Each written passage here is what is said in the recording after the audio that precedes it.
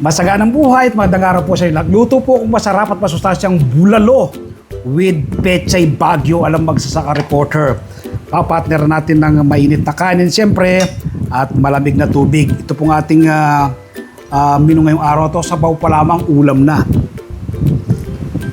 Wow, grabe, ang sarap ng sabaw, tamang-tama yung timpla.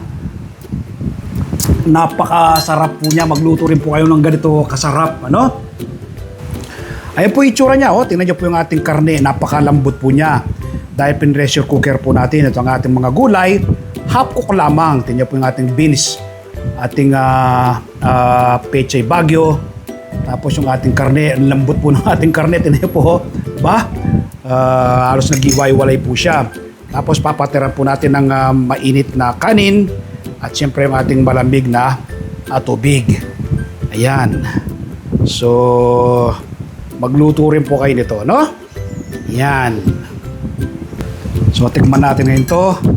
Unahin natin ating karne. Yung ating karne, nako, napakalambot po ng ating karne, no? Yan.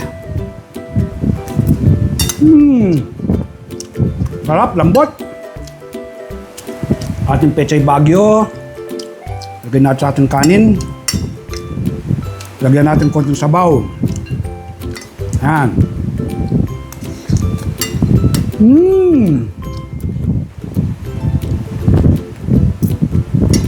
Panalo. Ang sarap.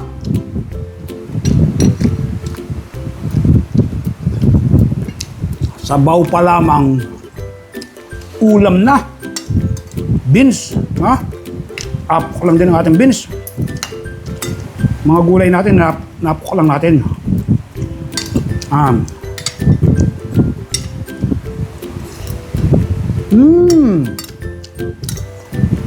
Tamang-tama ang timpla.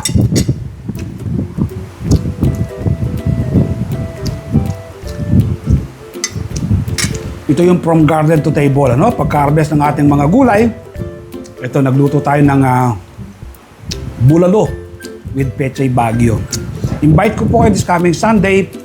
Panoorin po ninyo yung aming TV show na Masaganang Buhay. Babahagi ko po sa inyo ang step-by-step na pagtatanim ng Pechay Baguio sa mga bote ng mineral water, pag-harvest, hanggang sa pagluluto, yung kumpletong sangkap po ng ating bulalo, no?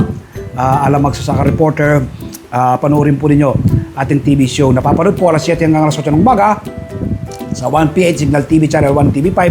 Napapanood po sa RPTV, ano? Kapag araw na po ng Martes, meron po ang column sa Filipino Star ngayon. Umaga po kayo ng kopya ng PSN. Ibinabahagi ko po, sinusuot ko po ang iba't ibang do-it-yourself tip. Sa aking mga Facebook profile, Merlizo, ang aking Facebook page, ang Magsasaka Reporter. Aking YouTube channel, mag-subscribe po kayo, no? Sa ganon, may share ko po sa inyo ang pairang na talento ng ating pagtatanim ng iba't ibang uri ng halaman sa pagitan po ng organikong pamamaraan. Happy farming po, bye-bye. God bless!